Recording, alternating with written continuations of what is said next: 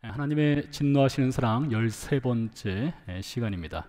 오늘 본문은 하나님의 구원, 이스라엘의 배신, 하나님의 진노의 심판, 그리고 하나님의 회복에 관한 말씀입니다.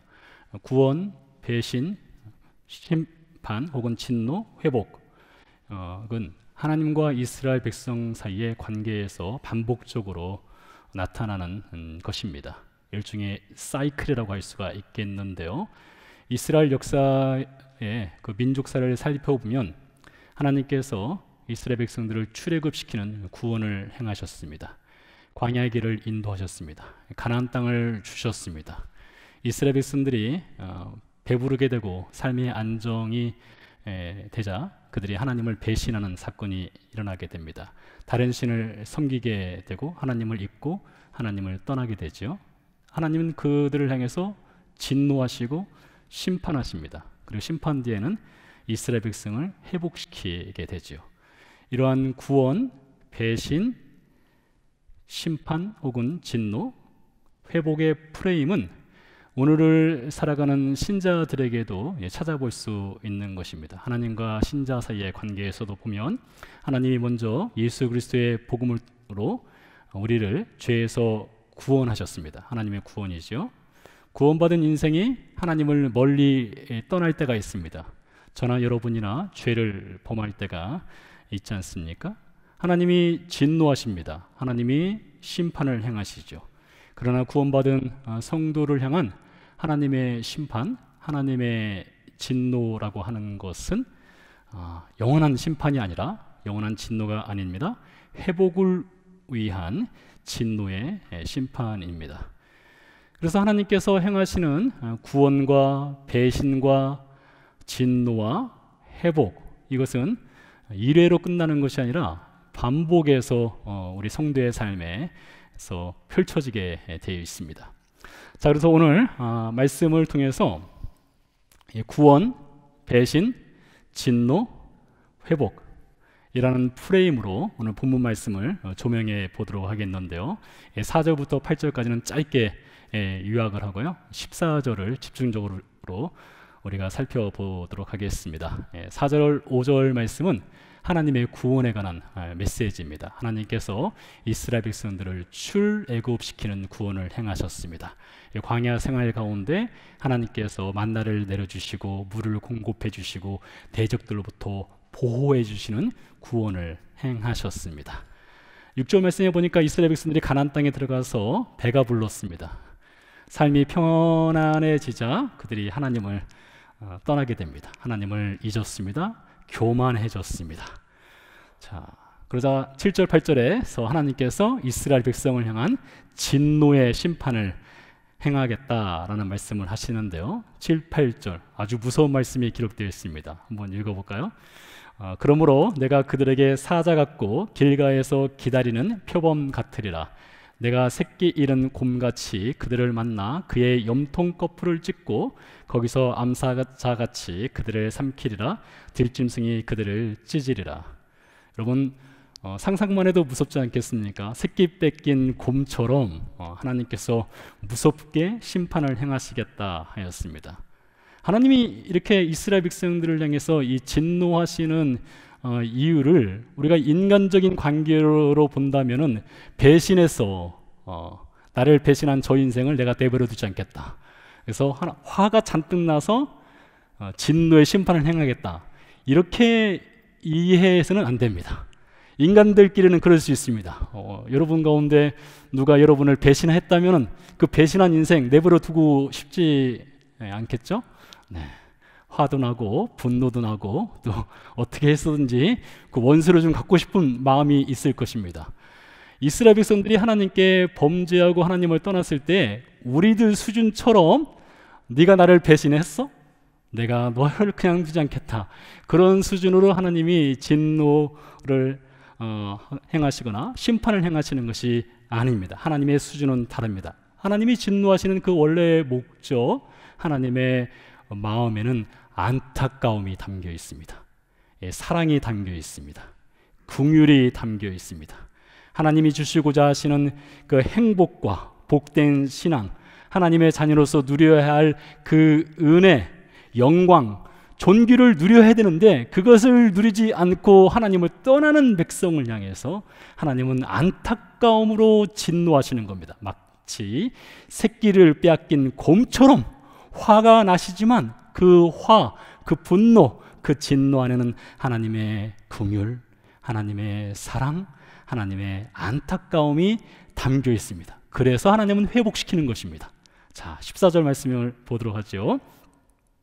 내가 그들을 스올의 권세에서 속량하며 사망에서 구속하리니 사망아 네 재앙이 어디 있느냐, 스올아 네 멸망이 어디 있느냐, 네 춤이 내 눈앞에서 숨으리라. 자, 구약 성경에서 스올이라고 하는 것은 죽은 자가 들어가는 지하의 어떤 세계를 뜻하기도 하고요, 어쩌면 지옥을 뜻할 수도 있습니다. 하나님은 지옥 혹은 죽은 자들이 들어가는 그 세계에서 이스라엘 백성을 구속, 속량, 리뎀션 하시겠다 하였습니다. 자, 이스라엘 백성들이 역사적으로 아수르에 의해서 또 바벨론에 의해서 멸망당합니다. 이방인의 포로가 되었습니다. 아수르와 바벨론 제국은 14절 말씀에 나오는 스올, 사망의 권세, 멸망, 재앙의 상징입니다. 그래서 하나님께서 스올과 같은 아수르, 사망의 권세가 있는 아수르, 재앙과 멸망이 있는 아수르와 바벨론에서 포로 생활을 하는 이스라엘 백성들을 구속하시겠다, 리뎀션 하시겠다, 회복시키겠다, 자유함을 주시겠다라는 말씀을 14절에서 약속을 해 주시는 것입니다. 자, 여러분 집중해서 잘 들어보시기 바랍니다. 제가 여러분들에게 구속이라고 하는 이 단어에 대해서 여러 차례 말씀드린 기억이 납니다. 구속. 이 성경에 나오는 많은 단어들 중에 구속만큼 중요한 단어가 또 있을까 싶을 정도로 이 구속, 리뎀션이라는 단어는 매우 중요한 의미를 갖고 있습니다. 자, 리뎀션, 이 구속이 어떻게 사용되는지를 한 가지 예를 통해서 알아보도록 하겠습니다. 한 사람이 대출을 받았습니다. 사업을 시작했습니다. 망했습니다.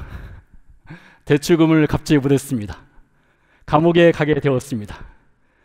자, 그런 경우 이 성경의 법에 따르면 이 사람이 대출금을 갚지 못해서 감옥에 가거나 구약에 따르면 노예로 팔리거나 이랬을 때 그의 가족, 사촌의 8촌까지 그에게 연결되어 있는 어떤 가족이든지 반드시 감옥에 들어가거나 노예로 팔린 이 사람을 빼내야 하는 그런 연대 책임, 의무, 이것이 구속의 의미입니다. 그러니 여러분, 제가 사업을 하다가 망해서 감옥에 가거나 노예로 팔렸다면, 그리고 여러분이 제 가족이라면 여러분 중에 사촌에 8촌에 있는 분일지라도 여러분에게는 책임이 있는 것입니다. 어떤 책임이요? 저를 감옥이나 노예 생활에서 자유함을 줘야 하는 그런 책임을 갖고 있는 것입니다. 근데 하나님께서 아수르와 바벨론 제국의 포로 생활하는 이스라엘 백성들을 향해서 내가 너희를 구속하겠다 했습니다. 자, 그렇다는 것은 하나님과 이스라엘 백성의 관계가 어떤 관계라는 것입니까? 가족 관계라는 것입니다. 혈연지간이라는 것입니다. 그렇기 때문에 하나님께서 아수르와 바벨론의 포로 생활하는 이스라엘 백성들을 내가 구속하겠다, 이렇게 말씀하시는 것입니다. 자, 이것을 우리들에게 한번 적용을 해보도록 하겠습니다. 여러분, 인간은 죄인입니다. 사탄의 노예 생활을 하는 존재가 우리 인생이었습니다. 그래서 요한복음 8장 34절 말씀해 보니까 예수님께서 유대인을 향해서 좀 더 확대시키면 우리들을 향해서 말씀하시기를 너희는 죄의 종이다, 이렇게 말하고 있습니다. 바울이 로마서 5장, 6장, 7장에 걸쳐서 하는 말이 인간은 죄의 종이다, 이렇게 말하고 있고요. 에베소서 2장에서도 인간은 본질상 진노의 자식이다 이렇게 말하고 있습니다. 그러니까 여러분과 제가 죄의 종이고 사탄의 노예라는 것이죠. 수월과 사망의 권세 아래 붙잡혀 있는 것이 우리 인생이라는 것입니다. 자, 이렇게 죄의 노예로 살아가는 우리 인생에게 하나님께서 어떻게 우리를 구속하시는가를 보도록 하겠습니다. 로마서 3장 24절 말씀입니다. 그리스도 예수 안에 있는 속량, 여러분 여기서 말하는 이 속량이라는 단어가 구속, 리뎀션이라는 단어입니다. 그리스도 예수 안에 있는 속량으로 말미암아 하나님의 은혜로 값없이 의롭다 하심을 얻은 자 되었느니라. 자, 이 말씀에서 바울이 아주 기가 막힌 단어를 사용했습니다. 이 구속이란 단어를 사용했어요.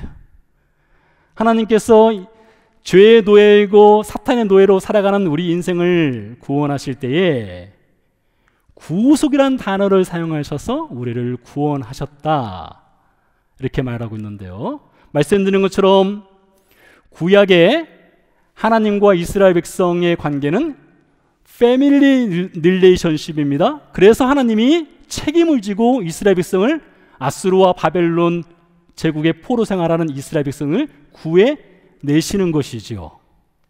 자, 예수님이 우리를 구원하실 때에 바울이 구속이라는 단어를 사용했는데요, 이게 왜 놀라운 단어인가 하면 여러분과 예수님과의 관계, 저와 예수님과의 원래 관계는 어떤 관계였느냐, 로마서 5장에 보니까 우리는 원수지간이라고 말하고 있습니다. 저와 여러분이 원수지간이 아니라 여러분과 하나님과의 관계가 원수지간이라는 것이에요. 하나님의 에너미라는 것이죠. 가족관계가 아니었다는 것입니다. 자, 그렇다면 예수님께서 우리를 구속해야 할 그런 책임이 원래는 없으신 분이었던 것이죠. 구속은 가족 관계에서만 해당하는 법적 의무였기 때문이죠. 자, 그럼에도 불구하고 예수님께서 우리에게 행하신 것이 구속, 속량, 리뎀션을 행해 주신 것입니다. 그래서 바울이 이어서 말하기를 이것은 하나님의 전적인 은혜로 주어진 것이다 이렇게 말하고 있는 것이죠. 자, 구약에서는요, 노예로 팔리거나 감옥에 간 가족을 구해내기 위해서는 빚을 갚아줘야 됩니다.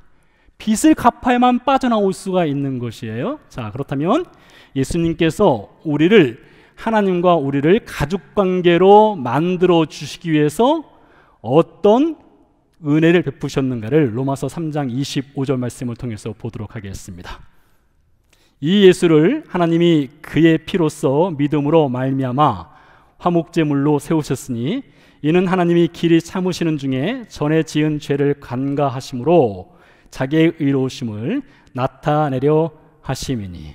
자, 구약에서는 노예로 팔린 가족을 구해내기 위해서는 돈을 가져가야 됩니다. 빚을 갚아야 됩니다. 그런데 로마서 3장 25절에 보니까 우리를 죄의 노예에서 건져내시기 위해서, 즉 구속하시기 위해서 하나님이 행하신 것은 그 아들 예수 그리스도의 피를 화목제물로 바쳤다 이렇게 말하고 있습니다. 다시 말해서 예수님의 십자가 죽음과 부활을 통해서 우리를 구속하시는 은혜를 베풀어 주셨다는 것이죠. 그리고 우리를 하나님의 가족으로 입양해 주셨다는 것입니다. 그리고 우리가 하나님의 아들과 딸이 되는 신분을 얻게 되었다는 것입니다. 그래서 이것을 우리는 복음이라고 말하는 것이에요. 그래서 이것을 우리는 좋은 소식이라고 말하는 것입니다. 이제 우리는 값없는 그 은혜로 말미암아 하나님과 영적 혈연 관계가 맺어진 것이죠. 자, 그런데 여러분, 영적 혈연 관계가 맺어진 신자들이 늘 하나님의 자녀답게 살아가느냐? 그러지 못합니다. 저도 하나님의 자녀답게 살아가지 못하는 경우가 많고 아마 여러분도 그럴 경우가 많을 것입니다. 그럴 때마다 우리가 참 갈등하죠. 특별히 죄의 문제로 인해서 우리가 갈등하는 경우들이 있습니다. 오늘은 이 문제를 좀 더 집중적으로 살펴보려고 합니다. 로마서 8장 1절 말씀을 보도록 하겠습니다. 그러므로 이제 그리스도 예수 안에 있는 자에게는 결코 정죄함이 없나니 이는 그리스도 예수 안에 있는 생명의 성령의 법이 죄와 사망의 법에서 너를 해방하였습니다. 여러분, 바울의 위대한 선언입니다. 죄와 사망의 법에서 우리를 해방하였다, 이렇게 말하고 있는데요, 호세아서 13장 14절 말씀에 등장하는 단어와 똑같은 단어가 사용되었어요. 호세아서 13장 14절 말씀에 사망의 권세란 단어가 등장을 했습니다. 사망의 권세에서 하나님이 구속하시겠다, 이렇게 말씀하셨는데, 바울도 로마서 8장 1절에서 말하기를 죄와 사망의 법에서 우리를 해방시키겠다, 시켜주셨다, 이렇게 바울이 선언을 하고 있습니다. 자, 그런데요, 로마서 8장 1절은 어떻게 시작하느냐? 다시 한번 로마서 8장 1절을 띄워주시기 바랍니다. 로마서 8장 1절에 제가 굉장히 좋아하는 단어가 있습니다. 그러므로라는 단어입니다. 그러므로. 이 결론을 내리는 이 접속사가 있어요. 여러분, 이 그러므로라고 하는 이 단어는요, 성경에서 매우 중요한 의미를 갖고 있습니다. 그냥 지나칠 수 없는 단어입니다. 이 결론을 내리는 그러므로라는 것이 있다는 것은 그 앞에 어떤 내용이 있기 때문에 그러므로의 결론을 내리는 것 아니겠습니까? 자, 그러면 그 앞에 어떤 내용이 있는지를 좀 볼 필요성이 있겠죠? 로마서 7장 24절에서 25절을 보도록 하겠습니다.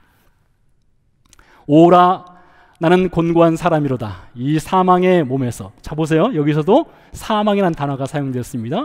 이 사망의 몸에서 누가 나를 건져내랴. 우리 주 예수 그리스도로 말미암아 하나님께 감사하리로다. 그런즉 내 자신이 마음으로는 하나님의 법을, 육신으로는 죄의 법을 섬기노라.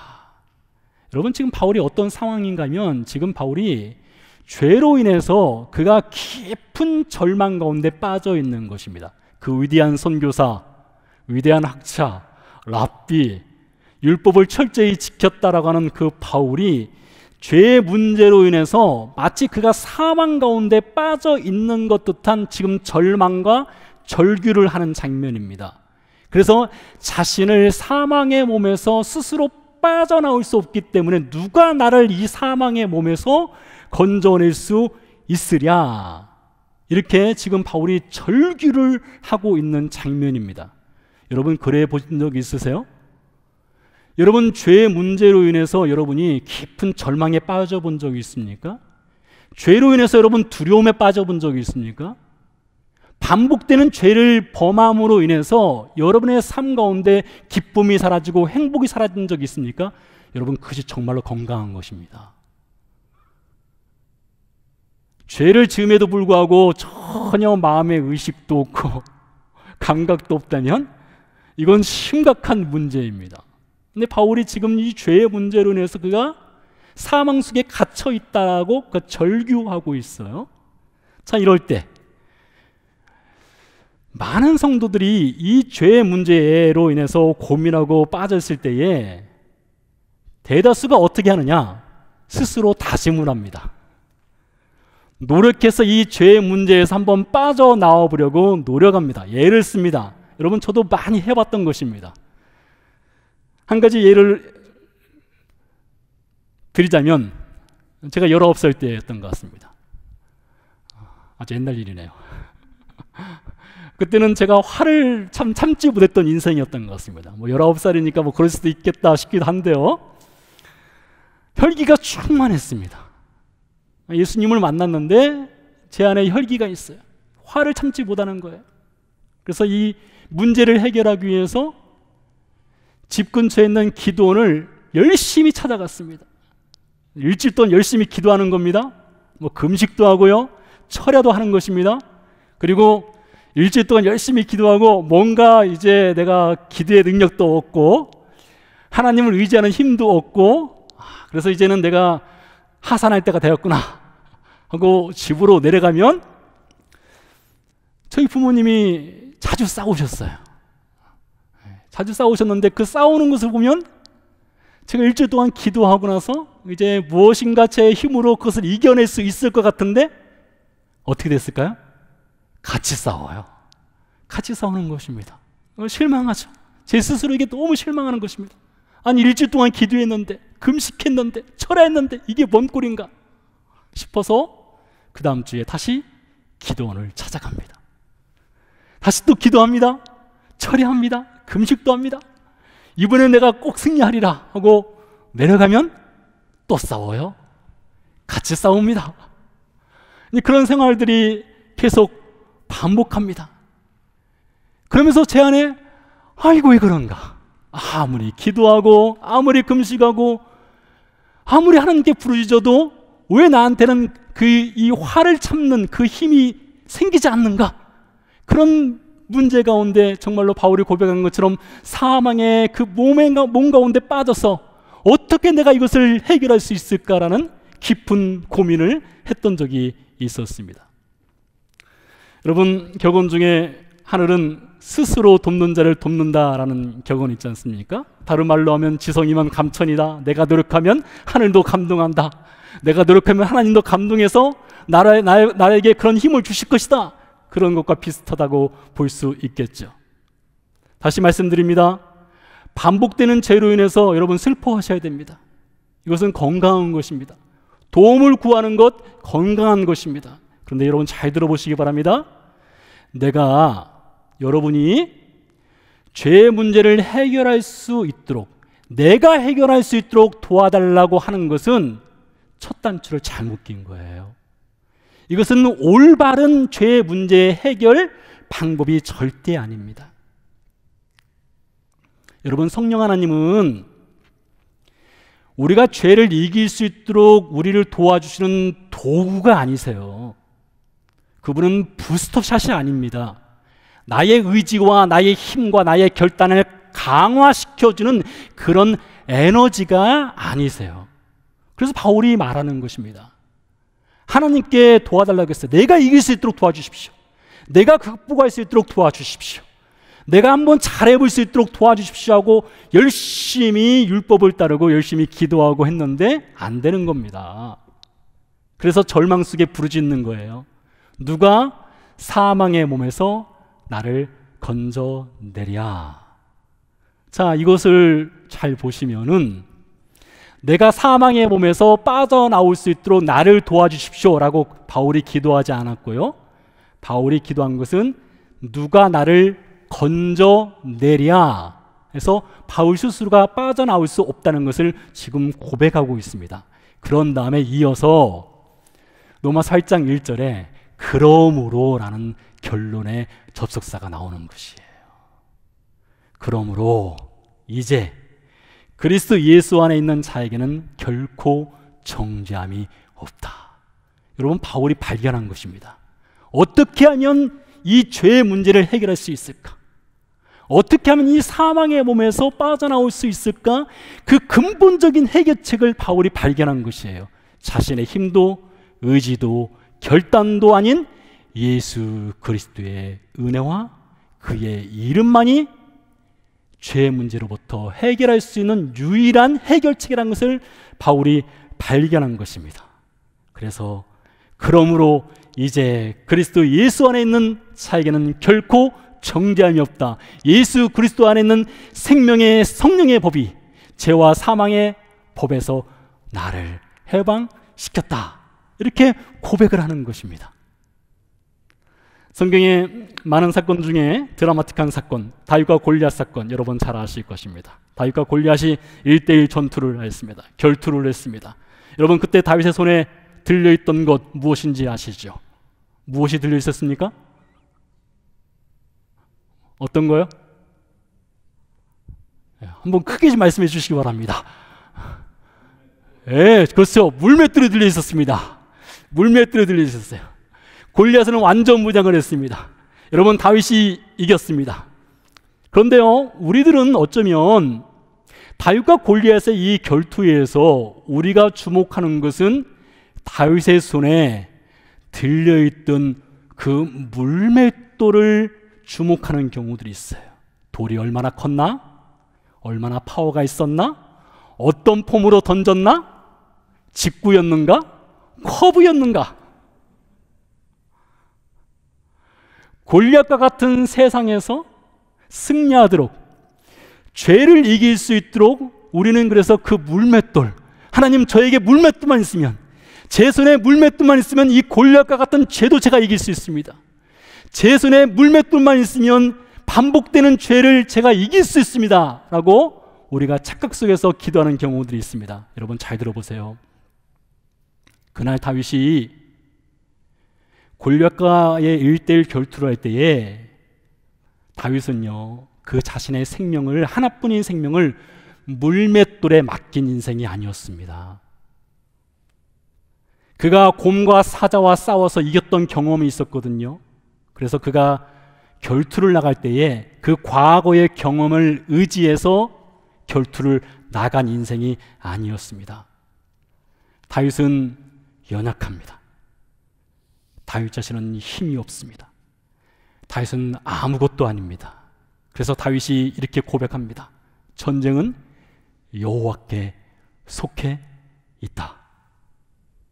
여러분 그렇습니다. 다윗이 하나님을 위해서 싸운 것도 아니고요, 다윗이 그 물맷돌을 의지한 것도 아니고요, 다윗은요 오로지 하나님께만 맡겼습니다. 왜요? 이 전쟁은 하나님께 속해 있기 때문이었죠. 그래서 하나님께서 다윗이 물맷돌을 던질 때에 그 물맷돌에 힘을 실어주신 것입니다. 그 물맷돌의 방향을 정해주신 것이고요, 속도를 정해주신 것이고요, 그 타겟을 하나님이 맞추도록 해주신 것입니다. 그뿐만이 아니에요. 이 구약에 기록된 이스라엘 백성의 이 전쟁사를 읽어보면 이스라엘 백성이 하나님을 위해서 전쟁을 한 적이 한 번도 없습니다. 하나님이 이스라엘 백성을 위해서 전쟁을 행하셨습니다. 이스라엘 백성의 전쟁은 칼이나 창으로 자신들의 힘으로 승리한 것이 없습니다. 하나님이 전쟁을 나가는 이스라엘 백성들에게 그 숫자를, 그 군사의 숫자를 가급적이면 하나님은 최대한 줄이라고 했습니다. 그 대표적인 경우가 사사기 6장이죠. 기드온이 전쟁을 나갈 때에 32,000명의 전쟁 군사를 모집을 했습니다.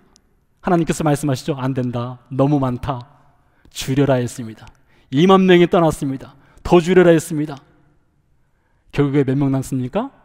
300명이 남아요. 왜 하나님이 32,000에서 300으로 그 숫자를 줄였을까요? 하나님 말씀하시죠. 이 백성이 전쟁에 나가서 승리를 거두게 되면 내가 잘나서 내 힘으로, 내 칼의 힘으로, 내 창의 힘으로, 나의 의지로, 나의 결단으로, 나의 용기로, 내 힘으로, 내 의지로 전쟁에서 승리하였다, 그런 착각에 빠질까봐 하나님께서 전쟁에 나가는 이스라엘 백성의 숫자를 줄이라고 하는 것이죠. 하나님이 이스라엘을 위해서 싸우시는 것입니다. 한 가지 역사를 더 말씀드리면요, 그래서 이스라엘 백성들이 이 아수르와 바벨론 제국의 포로 생활을 하다가 주전 539년을 시작으로 이스라엘 백성이 그 포로 생활에서 돌아오게 됩니다. 여러분, 이방의 나라에 포로 생활하던 이스라엘 백성들이 무슨 재주가 있어서, 무슨 방법이 있어서 그들의 고향으로 돌아올 수 있었을까요? 그들이 봉기를 일으켰을까요? 그들이 전쟁을 했을까요? 아닙니다. 그들이 한 것은 아무것도 없어요. 여러분, 느헤미야서라든가 에스라서를 읽어보시기 바랍니다. 그 앞에 이사야서 40장, 41장을 읽어보시기 바랍니다. 하나님 말씀하셨습니다. 버러지 같은 너 야곱아, 지렁이 같은 야곱아, 네 힘으로 빠져나올 수 있는 것이 아니라 내가 너의 리드머가 돼주겠다, 구속자가 돼주겠다, 내가 너를 구해주겠다 약속하셨고요.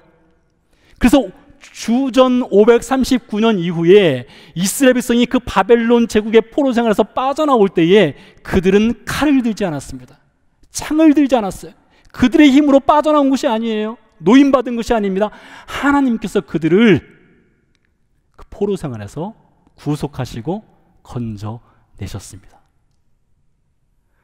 죄의 문제도 그와 같은 거예요. 우리가 죄를 반복해서 지을 수가 있습니다.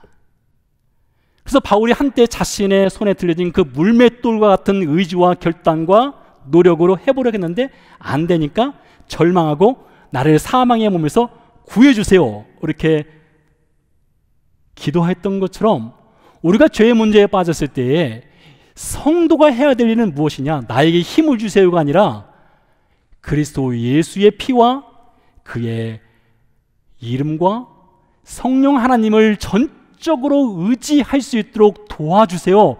이렇게 나가야 한다는 것입니다. 그래서 그러므로 이제 그리스도 예수 안에 있는 자에게는 결코 정죄함이 없다. 이 말씀을 의지해서 우리가 죄의 문제를 이기기 위해서, 반복되는 죄로부터 우리가 자유함을 얻기 위해서 우리가 의지해야 될 것은 예수 그리스도의 이름입니다. 성령 하나님입니다. 그분에게 의지해서 죄와의 전쟁은 하나님께 속해 있습니다. 하나님만 이기게 할 수 있습니다. 이런 고백으로 나아가야 한다는 것이죠. 여러분, 그런 의미에서 우리 성도는 힘을 빼는 인생이 되어야 됩니다. 힘을 빼야 돼요. 이 자리에 여러분 수영하실 수 있는 분 계시죠? 여러분, 수영을 배울 때에 제일 중요한 그 첫걸음이 무엇인지 아십니까? 물에 뜨려면요, 힘을 빼야 합니다. 힘을 주는 순간 아무리 발버둥을 쳐도 물속에 가라앉게 돼 있어요. 여러분, 내 의지와 내 결단에 힘을 빼셔야 됩니다. 그 물이라고 하는 예수님의 이름과 예수님의 피와 그 성령 하나님께 온전히 의지하고 맡겨야 하는 것입니다. 근데 여러분, 이렇게 제가 말씀을 드려도 여러분이 그냥 상상 속에서 그래야 되겠다, 한번 해봐야 되겠다, 이렇게 하면은 그게 안 되는 것이에요. 한 가지 예를 들어보도록 하겠습니다. 제가 2011년도에 미국에 와서요, 제 딸이 이제 피아노를 쳤었는데 피아노를 하나 사주고 싶었습니다. 근데 그때 마침 교회에서 같이 신앙생활하는 형제가 한국으로 들어가는 길에 피아노를 팔겠다 한 거예요. 얼마예요? $100예요.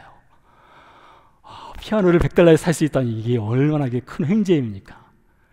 근데 피아노는요, 여러분 옮겨보신 분들은 아시겠지만 이게 상상을 초월할 정도로 피아노가 무겁습니다. 그래서 제가 피아노 쉽게 옮기는 방법을 찾았습니다. 유튜브로 검색을 했어요. 피아노 쉽게 옮기는 방법. 여러 개를 봤어요. 봤더니 이거 할만하겠더라고요. 두 사람이 충분히 할 수 있겠더라고요. 뭐 유튜브 보면 두 사람이 번쩍 들고 옮기더군요. 할 수 있겠다. 그래서 한두 개를 본 것이 아니라 여러 개를 보고 나서 머릿속에 상상을 했습니다. 이런 방법으로 피아노를 옮기면 되겠구나 하고 갔습니다. 돈을 지불했습니다. 피아노를 붙잡았습니다. 피아노를 들었습니다. 어떻게 됐을까요? 안 들려요. 안 들립니다. 상상 속에서 제가 피아노를 옮겼습니다. 가상현실 속에서 제가 피아노를 들어서 이미 집으로 옮겨놨어요. 근데 실제 가서 들어보니까 안 들리는 거예요. 실패하는 것이죠. 여러분이 죄 문제에 빠져서 있을 때에 여러분 스스로 해보겠다라는 가상현실을 일단 버리시고요. 그리고 여러분이 마음속에서 한번 그렇게 해봐야 성령님을 의지해야지, 하나님을 의지해야지, 그런 상상만 하는 것도 여러분 아무런 의미가 없습니다. 실제 경험을 해봐야 됩니다. 피아노를 여러 번 들다 보면 그게 노하우가 생겨서 두 사람이 충분히 들 수 있습니다. 그런 것처럼 여러분, 오늘 말씀을 듣고 나서 여러분이 어떤 죄의 문제가 있을 때에 내 힘이 아니라 성령님을 의지해야지, 그냥 생각만 하지 마시고 여러분 고백하십시오. 다윗이 고백하지 않습니까? 전쟁은 여호와께 속해 있다. 바울이 고백하지 않습니까? 이 사망의 몸에서 누가 나를 건져내랴. 그리스도 예수의 생명의 성령의 법이 나를 죄와 사망의 법에서 해방시켰다. 이런 고백을 하지 않습니까? 그런 것처럼 여러분 첫걸음을 떼시기 바랍니다. 실패할 수 있습니다. 넘어질 수 있어요. 그러나 성령 하나님을 의지하면 하나님께서 우리를 도와주십니다. 우리 안에 착한 일을 시작하신 성령께서 여러분으로 하여금 능히 이 죄의 문제를 극복하고 하나님의 자녀로서 살아갈 수 있는 그 회복의 은혜를 베풀어 주신다는 것입니다. 사랑하는 성도 여러분, 성도는요, 예수 그리스도의 십자가와 부활의 복음으로 구원을 받았습니다. 그래서 우리는 이미 하나님과 우리가 패밀리 릴레이션십으로 묶인 존재가 되었습니다. 그러나 때로 우리가 영적으로 침체될 수가 있고요, 뒤로 넘어질 수도 있고요, 반복해서 죄를 범하는 경우도 있고요, 하나님으로부터 멀어지는 경우가 있습니다. 그래서 하나님께서 안타까운 마음으로 우리에게 채찍을 들고 징계를 행하시는 경우가 있습니다. 그러나 하나님은 반드시 회복시킵니다. 이 회복되는 과정 가운데 우리를 물에 몸을 맡기듯이 하나님께 맡기십시오. 만군의 여호와께서 말씀하시되 이는 힘으로 되지 아니하며 능력으로 되지 아니하고 오직 나의 영으로 되느니라. 우리 함께 묵상으로 기도하는 시간 갖도록 하겠습니다.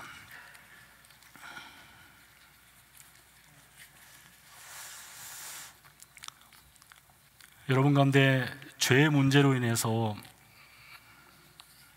마음의 갈등과 고민과 또 기쁨이 사라진 분들 있습니까? 여러분 가운데 여러분의 의지와 결단과 노력으로 하나님을 믿어보려고 하는 그런 생각을 갖고 계신 분들 있습니까? 그 생각 자체는 참 아름답고 귀한 것입니다만 내 힘으로 하나님을 따라갈 수 있는 것이 아닙니다. 내 능력으로 하나님을 따라갈 수 있는 것이 아니죠. 성령 하나님께 맡겨야 합니다. 오라 나는 곤고한 사람이로다 이 사망의 몸에서 누가 나를 건져내랴 라는 바울의 기도처럼 주님 사망의 몸에서 저를 건져주세요. 내 힘으로 할 수 없습니다. 주님 도와주세요 라는 기도가 필요합니다. 이 시간 잠시 묵상으로 주님께 도움을 구하는 기도의 자리로 나가도록 하겠습니다.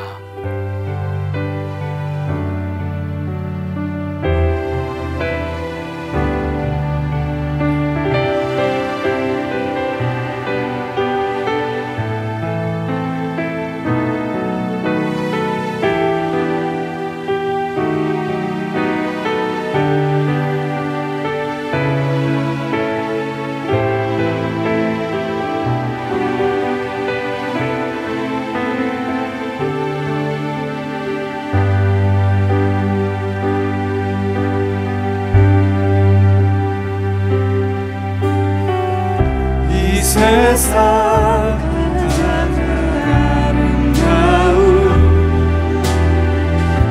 순종의 눈물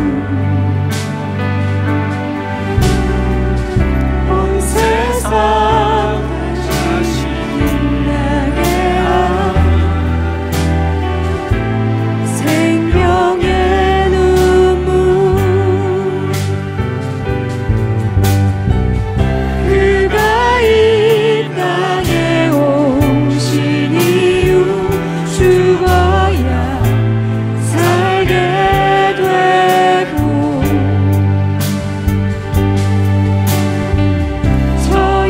져야만 승리하는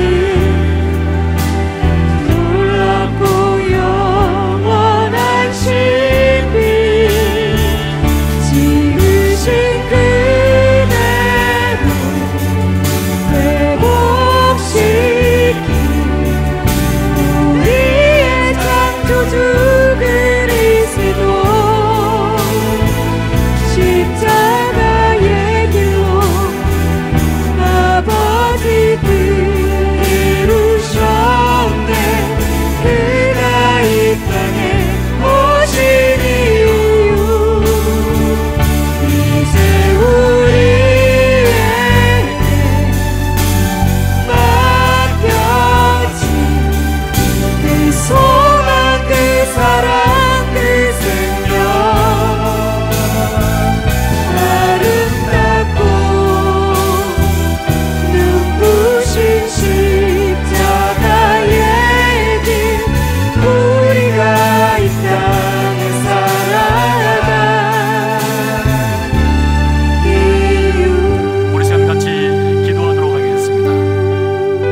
여러분 간의 죄의 문제로 인해서 약한 자로다 이 사망의 몸에서 누가 나를 건져내랴 라는 절망과 절규가 있습니까? 건강한 방향입니다. 혹 여러분 가운데 죄를 범하고도 반복되는 죄 가운데 어떤 감각도 없고 절망도 없고 슬픔도 없습니까? 깨어나야 합니다. 우리 시간 같이 기도할 때 성령 하나님, 저는 힘이 없습니다. 이 죄와의 전쟁에서 저는 이길 수 없습니다. 그러하기에 하나님을 의지합니다. 하나님께 맡깁니다. 전쟁은 여호와께 속했으니 하나님 그리스도 예수의 보혈의 피로 이 전쟁에서 주님 승리하여 주옵소서. 저를 구해 주옵소서. 함께 기도하도록 하겠습니다. 살아계신 아버지 하나님, 감사의 명을 주 앞에 올려드립니다. 하나님, 우리를 구원하시옵으나 우리가 때에 따라서 죄의 문제에 빠지고 절망하고 뒤로 물러나 하나님을 떠날 때가 있습니다. 하나님의 제도하심으로 인해서 우리가 회복대로 가는 과정 가운데 있으나 아버지 하나님, 나의 의지와 나의 결단과 나의 노력과 내 힘으로 이 죄의 문제를 해결하고자 하는 그런 열심으로만 아버지 하나님이여 나아가지만 넘어지고 뒤로 물러나는 경우도 있습니다. 하나님, 그러기에 이 시간 내 힘으로 할 수 없고 내 능력으로 할 수 없기에 하나님께 나아갑니다. 하나님 도와주옵소서. 우리 손에 들어진 물맷돌을 의지하지 않게 하시고 하나님의 이름을 의지하게 해주옵소서. 예수 그리스도의 보혈을 의지하게 해주옵소서. 성령 하나님의 그 능력을 의지하고 성령 하나님께 그의 몸을 맡기게 하시고 우리의 의지를 맡기게 하시고 우리의 결단을 맡기게 하시고 예수 그리스도께서 그 사망의 몸에서 우리를 건져 주시리라는 그 믿음으로 주 앞에 늘 나아가는 성도의 삶을 살게 해 주시옵소서. 우리 다시 한번 기도하도록 하겠습니다. 2021년을 마무리하고 이제 2022년이 다가오고 있습니다. 하나님께서 주실 365일 우리가 하나님 이 주어지는 인생을 어떻게 살아야 되겠습니까? 하나님, 우리에게 새롭게 주어지는 이 한 해를 주님 무엇을 어떻게 살아가야 될지 주님 가르쳐 주옵소서. 우리 함께 기도하도록 하겠습니다. 살아계신 아버지 하나님, 감사합니다. 하나님, 우리에게 새롭게 2022년 코비드 상황이라 어렵고 힘들지만 또 한 해를 우리에게 주시는 하나님께 감사를 올려드립니다. 하나님, 새롭게 주어지는 365일 우리가 무엇을 위해서 어떻게 살아가야 될지 참으로 우리의 힘과 우리의 계산과 우리의 길으로 살지 아니하고 하나님께서 원하시는 것이 무엇인지 하나님께서 뜻하신 바가 무엇인지를 알고 깨달으며 주님께 순종하며 주의 말씀에 귀를 기울이며 주께서 원하시는 뜻대로 살아갈 수 있는 거룩한 성도의 삶을 살 수 있도록 주여 은혜를 베풀어 주셨기를 간절히 소원하고 합니다. 하나님, 우리 힘으로 살지 않게 하시고 성령님을 의지해서 하루하루 살아갈 수 있도록 주여 도와주시옵소서. 살아계신 아버지 하나님, 감사합니다. 우리 손에 들려진 작은 물맷돌, 우리의 의지와 우리의 용기와 우리의 결단으로 우리가 죄의 문제를 이겨보려 하고 우리 스스로 하나님께 나아가 보려 하였으나 하나님, 반복되는 넘어짐과 절망과 우리 스스로 할 수 없다는 것을 발견하고 오라 나는 곤고한 사람이로다 이 사망의 몸에서 누가 나를 건져내랴 라는 절망과 절규로 주 앞에 나아갑니다. 하나님, 우리 힘으로 할 수 없습니다. 우리 능력으로 할 수 없습니다. 하나님의 성령에 온전히 우리 몸을 맡깁니다. 성령 하나님, 우리를 이끌어 주셔서 우리의 삶 가운데 하나님의 성령의 능력으로 하나님께서 이 전쟁을 승리하시고 우리에게 그 승리를 주시는 것을 믿고 주님께 우리 자신을 맡기게 해 주시옵소서. 이제는 우리에게 그 아들을 보내신 하나님의 크신 사랑과 이 땅에 친히 오셔서 십자가에서 죽으시고 부활하심으로 우리에게 새 생명, 하나님의 가족이 되는 은혜를 베풀어 주신 예수 그리스도의 은혜와 우리 안에 살아계셔서 성령 하나님만을 의지할 수 있는 그 믿음을 주시는 하나님의 은혜가 예배를 마치고 삶의 현장으로 돌아가는 성도의 삶 가운데 함께 하시기를 간절히 축원하옵나이다.